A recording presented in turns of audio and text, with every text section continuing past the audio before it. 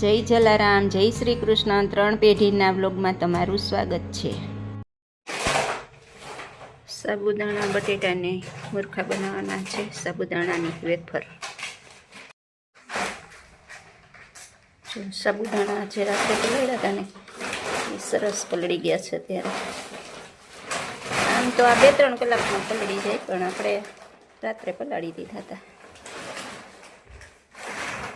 આ બટેટા બાફી દીધા છે.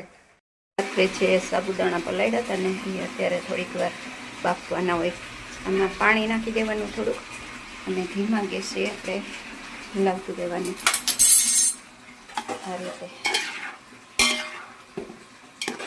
એટલે બફાઈ જાય ને એટલે સરસ બાફેલી નાખીને એટલે સરસ પોચી થાય વેફર. સાબુદાણા પલળી ગયા છે. રાત્રે પલાળ્યા હતા ને અત્યારે બાફી લેવાના થોડુંક પાણી નાખીને, એટલે સરસ પોચી થાય વેફર. વૃદ્ધ માણસ, નાના છોકરા બધાય ખાઈ શકે એવી થાય સરસ.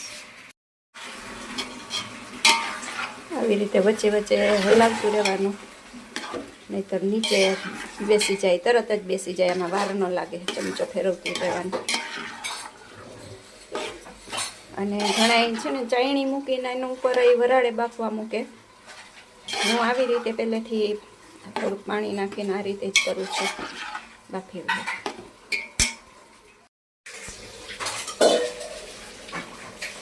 જો આ રીતના આપણે આટલું ઘાટું થાય ને એ રીતે બફાવા દેવાનું.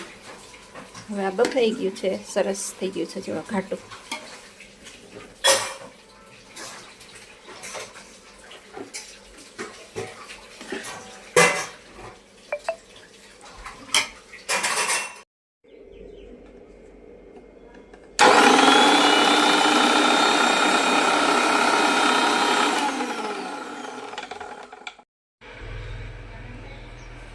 સાબુદાણામાં આપણે આદુ મરચાં ક્રશ કરીને નાખ્યા છે, ગરમ મસાલો, ખાંડ, લીંબુ, આ બધું નાખ્યું છે. બટેટા બફાઈ ગયા છે, બાઈએ ફોલી દીધા છે. હવે આને છૂંદો કરી અને સાબુદાણા ભેગા મિક્સ કરી નાખવાના છે. આપણે બટેટા આ મશીનમાં છે ને ક્રશ આવી રીતના કરી નાખવાના. આ રીતે મશીનમાં પાડી નાખવાનું, ગાંઠિયાની પતરી નાખીને. આ રીતે મશીનમાં પાડી નાખવાનું ગાંઠિયાની પતરી નાખીને, એટલે છે ને આખા બટેટા ન આવે, એટલે પાડવામાં આપણે વાંધો ન આવે. સાબુદાણા આપણે રાત્રે પલાળી દીધા હતા અને અત્યારે મૂકી દીધા છે.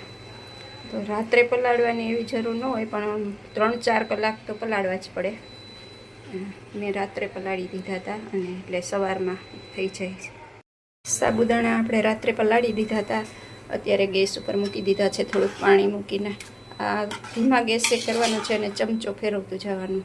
થોડીક વાર ગેસ ફાસ્ટ રાખી તો ચાલે, પછી ધીમો કરી નાખવાનો ગેસ, નહીંતર સીધા ચોંટી જશે તપેલામાં. અને આમાં આપણે જીરું અને નિમક નાખ્યું છે.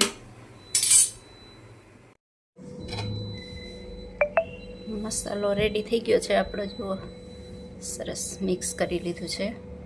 અને હવે આપણે આ મશીનમાં 1 સ્ટાર વાળી જારી નાખી અને આમાં પાડી નાખવાનું છે મુરખા.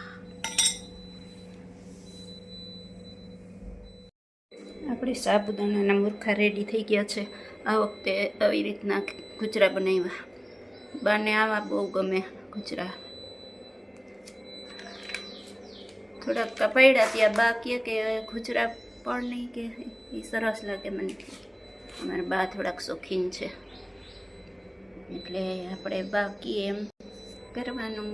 બાને મજા આવે. ગઈઢા માણાને એમ થાય કે મેં કીધું એમ કર્યું. આપણા રેડી થઈ ગયા છે આપણા સાબુદાણાના મુરખા. હવે સુકાશે પછી તમને બતાવીશ.